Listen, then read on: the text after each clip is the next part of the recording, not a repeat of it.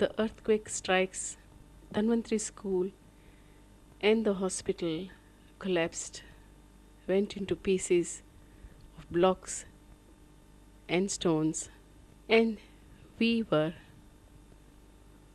totally lost. Our lives went topsy turvy. We survived. And in all this, we had to think of evolving. So much was required, and so little could be done because the damage was so intense. But there was an opportunity to work, and the work we did, the Child Welfare Trust and the staff of the Dhanvantri School stood by 2 hours of schoolwork and then the hospital work. The babies needed care and medical facilities. That is where the Child Welfare Trust and Dhanvantri staff did their lifetime work.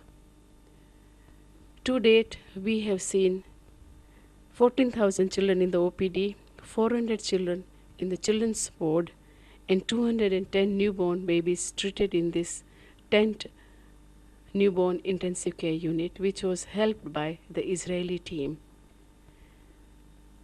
The tent was really superb, where the babies could be treated efficiently and the mothers could be cared with the babies in the nearby tent.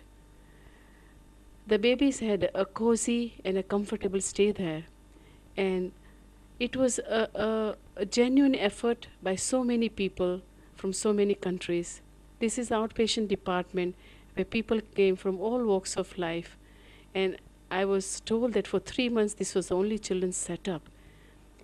Here the vaccinations for typhoid has been given to the children because at that time there was a very big fear of typhoid epidemic. The OPD, next to the OPD was the children's ward where the sick children were looked after, and nutritional program was conducted to prevent malnutrition. It was a ward with 16 cots and so many of jhulas and cradles. That is the tradition of the Indian culture. The babies sleep in cradles. This is a malnourished child with tuberculosis who survived and is doing well. Our school functioned with our mental retardation children. This was our vocational training, but the winds took it all. Come 23rd, and we had this mini cyclone, and everything went topsy-turvy again.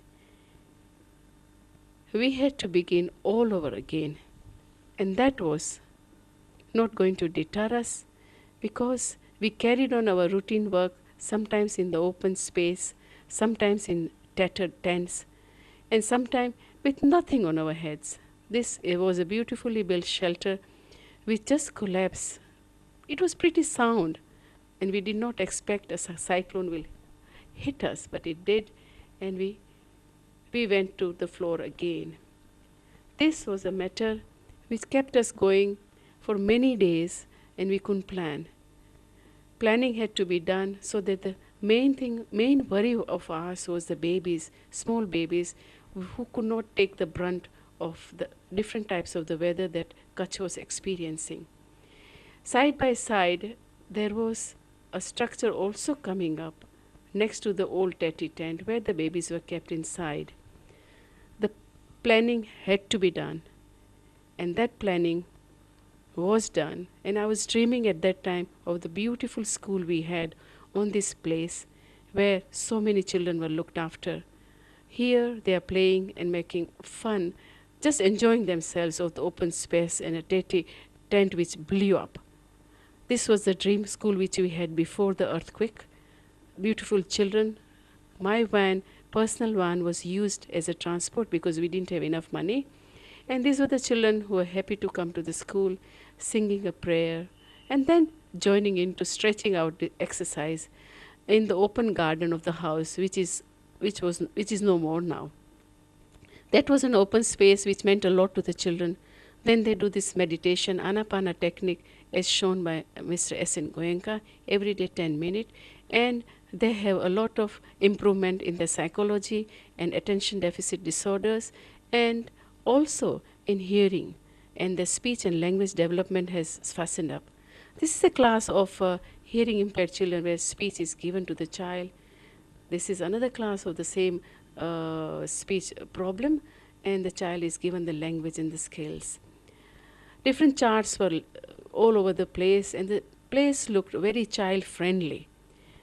Children were let loose everywhere. They had open space, colorful area, and they could relate to the walls, to the windows, to the sides, to the teachers, to the equipment. The whole layout was wonderful. This is grown up children who are learning to behave. Actually, before the video, the monitor had put them quiet. That's why they all cross hand, armed, and sitting so quietly. This is a beautiful class. So many of them are integrated in the normal school, and so many of them went in the normal school. This was our home visit in the past with Himmat, to see the background of the child and then to plan how to go about it. And this child now comes 80 kilometers from home to the school. This is his environment, a bag, a huge mound of cow dung. A speech training is given to this Mittal as soon as she comes, so that she has to be conditioned to get hearing aid. But our prize was this class whereby we had all the equipment, all the toys, all the Montessori requirements, where the normal children mingle with our handicapped children pretty effortlessly. And they learnt a lot, meeting with each other. And we realized that, when a chance is given to the children, they do not realize the other is handicapped or not. They just communicate so beautifully. It's we adults who make them separated like that. This is a mother's training program where a mother is airing her opinion about her child and trying to understand how to go about it.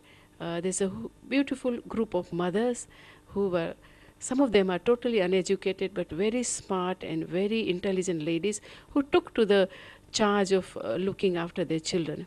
This is all before the earthquake, which we had a beautiful hall where the mothers could come and sit down and chit-chat with the children, with other siblings.